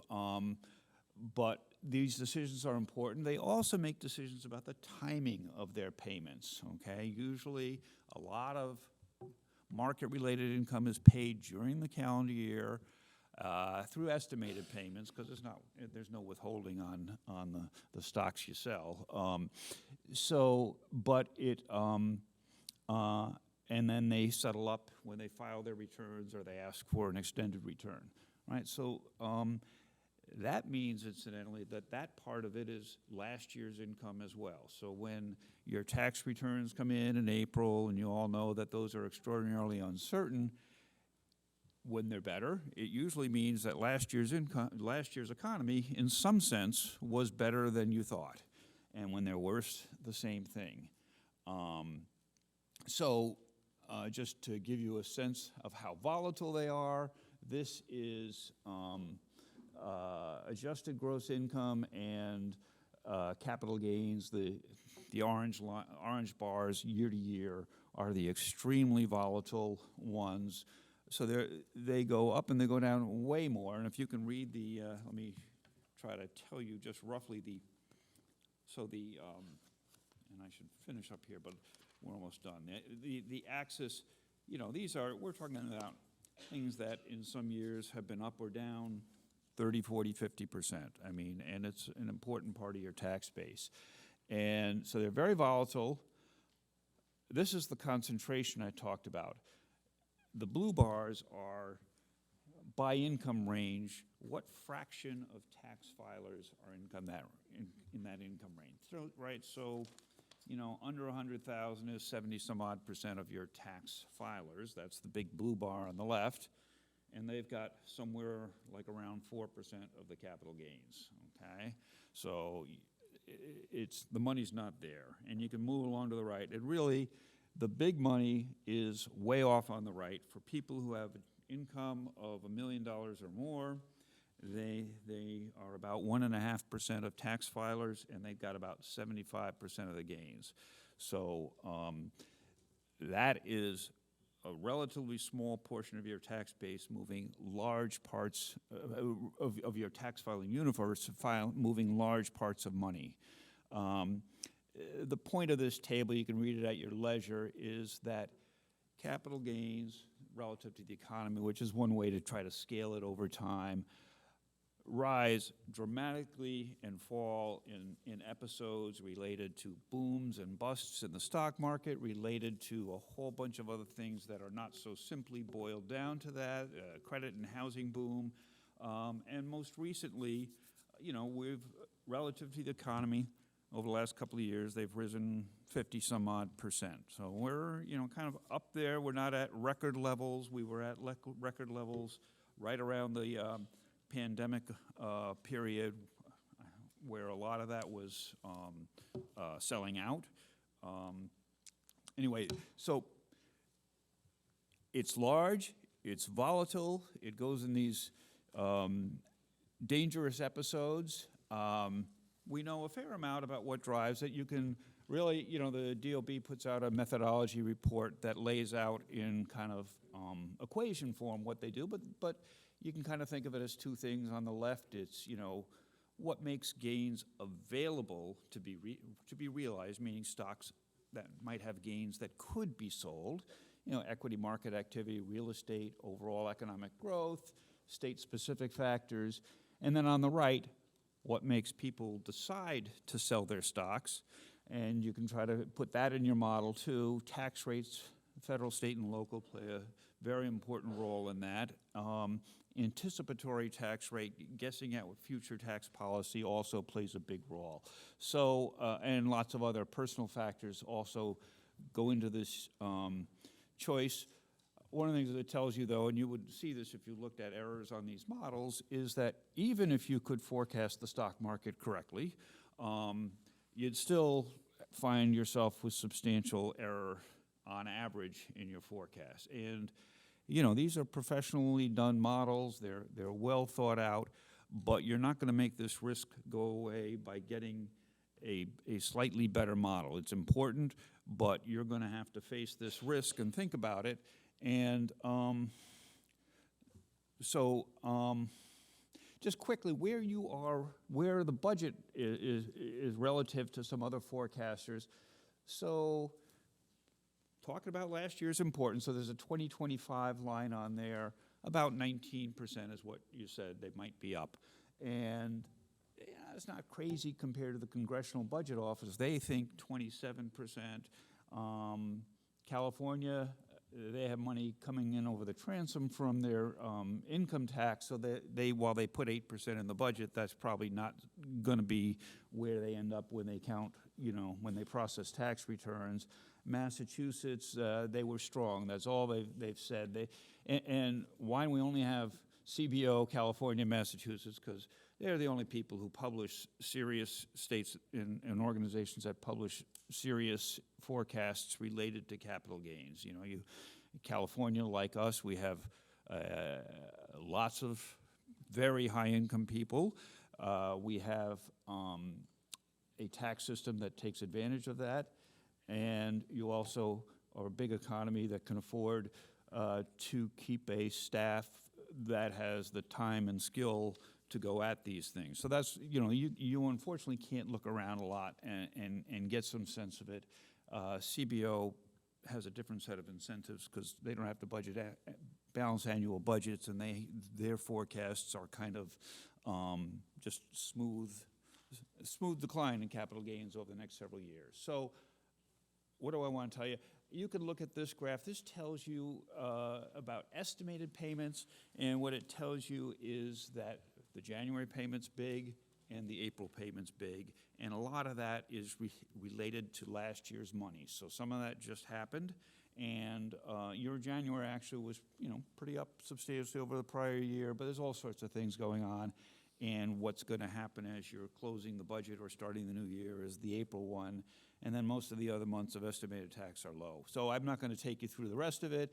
Other states' forecasts, the Urban Institute gathers some forecasts from states. The basic message is for income and sales taxes, they think revenue is going to be slowing over the next 2 years. There's lots of things that make it hard to make direct comparisons, but I think that's the takeaway from that. So, yeah, my final comments, you got population and economy slowing. Employment looks like it might be revised downward. In my opinion, some likely upside risk to 2025 capital gains. There are some other issues involved in thinking about it, and that out-year forecasts look and probably should be cautious. So that's my thoughts. Well, thank you very much, Don. Thanks for the feedback. We appreciate it.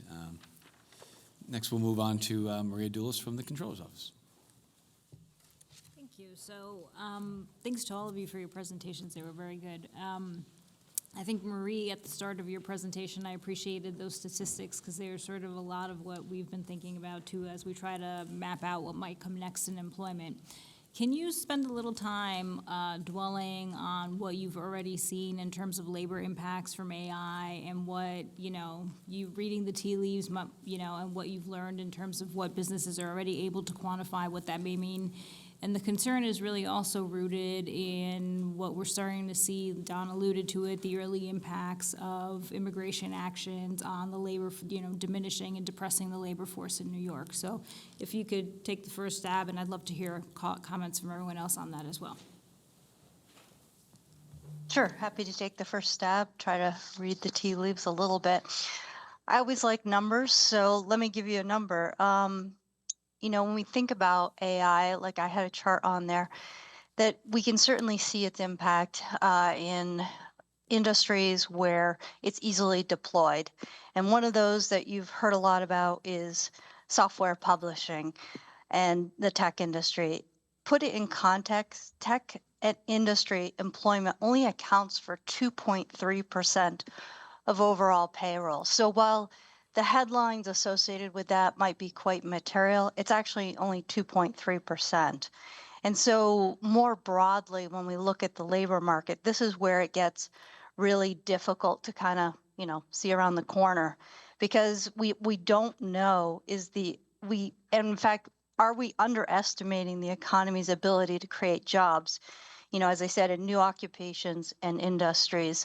And I think right now the markets, and certainly, the stock market is very much focused on labor disruption.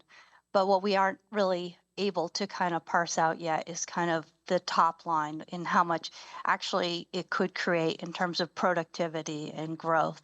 So I think there's more to come there, and I think it's going to be really challenging to figure out, and probably, or at least another year or two to be able to figure that out. Do our panelists want to weigh in on that one? It's okay if you don't want to. Dr. Jane? Okay. So what we can do is perhaps we can also then move on to perhaps other panelists here, if you have any questions for our folks that have joined us today. Starting with the Senate, if you all have any questions or for our group here today, you're welcome to advance them now. Blake, I appreciate all of these panelists for their presentations and for the useful information. I don't have any questions, Blake. Honestly, I'm looking forward to getting my root canal. Thank you. All the old root canal, we wish you well on that for sure, Senator. Yes, indeed. Senator O'Brocker. Thank you, Blake. No, I have no questions either. You really have put together a extremely detailed presentation, so thank you. The only thing is more of a statement. I wish I had paid better attention in my macro and microeconomics back in the early 80s. So, but you did an extremely well job of educating this senator, so thank you very much. Appreciate that. Thank you. Wonderful. And on to the Assembly. I too saw visions of calculus in that presentation, and when I saw the sigma sign, I said, nope, I don't want to do this. Nah. I have a couple of questions, though. How has the adoption of AI affected the finance and insurance sectors, and what does it mean for the state's economy?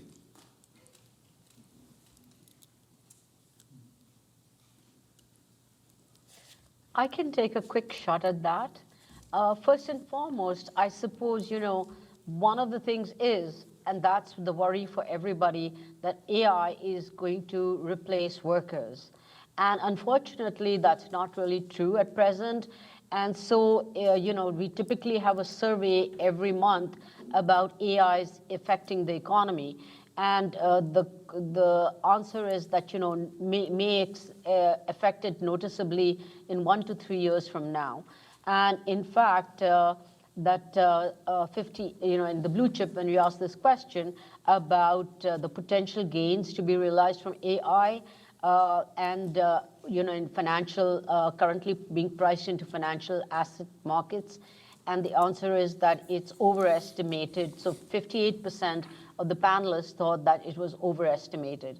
So yes, it is going to change the way things are done, but not immediately in the short run. But in the longer run, there is going to be displacement of workers. But like any other technology, those workers will move to other kinds of roles. And I think Mary might elaborate on that as well.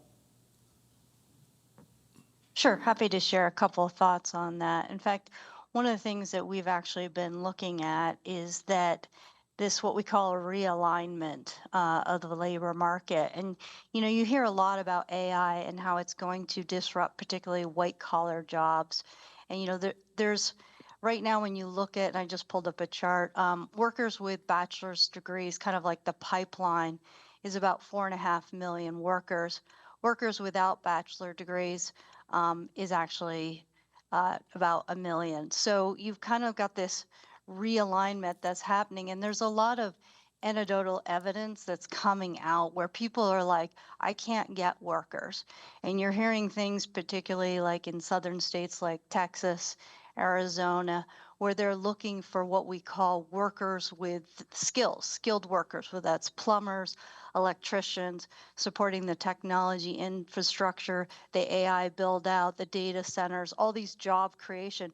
They can't find jobs. And these are workers with skills. So there's this realignment perhaps that's going to take several years to work out, that these workers, I mean, we've heard stories about people who have 6+ figures, $500,000, because they're a plumber, a steam fitter, and they just can't find these workers. So as that shift occurs, perhaps because of AI disruption, you're going to see this emerging class of demographics that's going to kind of, so to speak, shift how the labor force looks like. And that's, again, as we keep saying, that's a bit out. The other thing I feel like we have touched on a little bit is the aging population. And one of the stats that I find quite shocking is that the population, aged Americans 65 and older, is actually going to double in the next 25 years. We have actually, as a society in the US, and a lot of the, what we call, the G7 countries are actually on a declining population.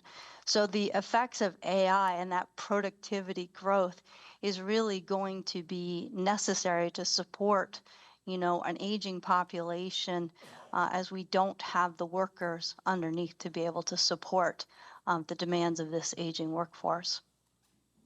So good observations. I know, the governor proposed and the legislature adopted just last year some changes for community college enrollment for non-traditional students to come back to the field to address some of those same fields you're talking about, but also enhancing some of what we do for our career and tech programs and BOCES programs as well to prime the pump for our young people to get involved in some of those roles and maybe get a $500,000 plumber job.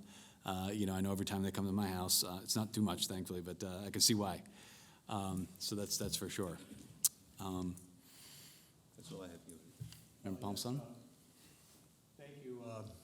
And I do have to say, I agree with Gary briefly when I saw that formula up there. I'm like, I'm in the wrong room.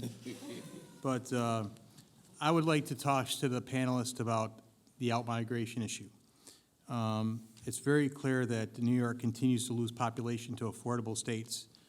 Myself and many of my colleagues believe it's New York's tax climate and ever-changing business climate, not the weather climate, that plays a significant role in this out-migration. And in fact, this morning, as I was getting ready, I heard a news story about a poll that was conducted, and the poll was very alarming. I know it's just a snapshot, but the signal that poll made is very significant and should be an alarm to all of us. It said 1/3 of New Yorkers were looking to leave New York State. And they cited, 40% cited the cost of living, 21% said quality of life, 15% said taxes. That's significant. And we continue to see states like Texas, Florida, and North Carolina having the biggest gains in net domestic migration, while states like California and, of course, New York being the biggest losers. I guess my question is, why is this happening, and what impact, to make it more specific to New York, do you think this continued pattern of out-migration will have on New York's economy and tax base, both in the short and long term? So I had a student who did some research on this particular issue for New Jersey. And as a matter of fact, her study was related more to property taxes. And so she found a positive relationship between out-migration and high property taxes. So I think the same parameters apply to both New York and to New Jersey. And that's something that is worrisome because, if I can live more cheaply, so to speak, in other states, I will definitely try and do so if I can, especially since remote work is feasible. So I can tap into the high incomes, but yet move elsewhere and have a lower cost of living. So let me just add, I'm going to have an unsatisfying answer for you because unfortunately, it's an unsettled area. There's been some really high-quality research on why people move, and including compiling tax returns for almost every person in the country and comparing where they file year after year and econometrically, statistically looking at the changes in state tax rates and trying to get at the question of to what extent does it matter. There are two really high-quality researchers, one at Cornell and one at Stanford, who kind of come at different quantitative answers. It's a very hard question to answer, and it's not yet well answered yet. We know certain things. We know people who are very footloose move, that taxes play a big role in how star athletes and star scientists, how they, the choices they make about where to live, both internationally and even in the U.S. But we also know that people become very embedded in their communities, and as they get older and sometimes well off, they're also very stuck. And I don't mean that they can't move, but it's, the people who are older and better off move at much slower rates than the people who are young and early in their careers and can move for jobs. So it's a very complicated picture. It is something to worry about, especially when it comes to, as far as the overall economy is concerned, and you saw some of the graphs about, and there's lots of data in the budget about how much New York relies on high-income people for its tax system. So it's an important issue. It's not settled. The other thing, just one other wrinkle, is of course the elimination and now the capping and the partial restoration of the SALT cap changes the dynamics of where it's more expensive to live, and we don't still yet have enough information about how that's played out. So I think it's a complex issue. It's definitely worth worrying about and trying to gather data and stay up on it, but it's not resolved. No, I agree absolutely. It's a very complicated issue because a lot of people may be moving for better weather, not only for cost of living as well, lower cost of living, but better school systems, safer environment, and so on and so forth. So the list is really, really long. And the question is, can you isolate some of these effects to just focus on, let's say, taxes or cost of living alone?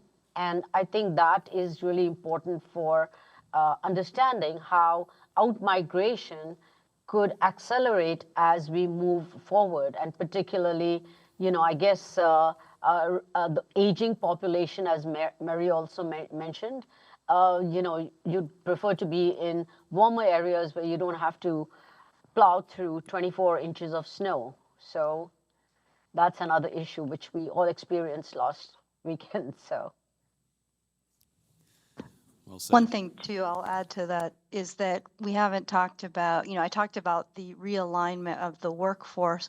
One of the things that's also preventing the workforce kind of migration is the affordability of homes, and the fact that, as many I'm sure in this room has, we're all kind of locked into our homes and these mortgage rates.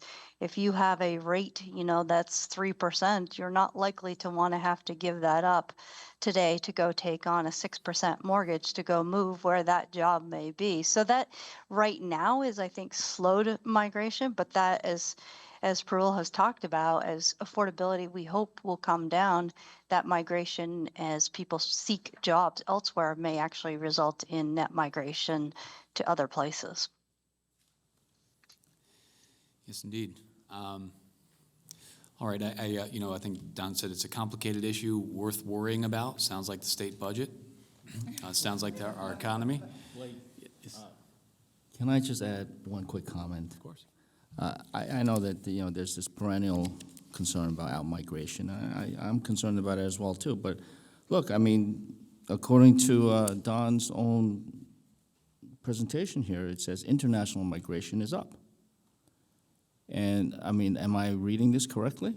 Well, it was up, and then. Well, it was up. In 2025, it's still up, just not as high as Well, 2024. There was positive in migration, but yeah, much less than before. So New York continues to be a capital of the world, and we should embrace that. Thank you. Thank you, Senator. So in the interest of time, I know that certainly the elected representatives here, looking at each and every one of them, I know they all have a very, very long trip home, and we're grateful that you were able to make some time on a Friday, and obviously for your continued partnership. And throughout the year, in this process and beyond, myself, on behalf of the governor, we just appreciate your level of diligence and attention to this process. To our panelists, we thank you very much for making time today, sharing with us a little bit of the insight that you had to offer. I know we're going to take it to heart, and working with all the folks in this room that'll help to bring this budget across the finish line. Your input means the world to us, so thank you very much. And with this process, this is just a good faith step forward on creation of an on-time budget, one that New Yorkers can care about and get behind. And we're excited to get the work going. We have a bit of a process to do under the state law to agree upon revenues and the economic forecast over the next handful of days, and I know we'll get there as we always do. So again, on behalf of Governor Hochul and on behalf of myself, thank you for joining me. I wish you a restful weekend, except for the people who have to do this report, and we hope to see you again sometime soon. Thank you very much. Thank you. Thank you, sir.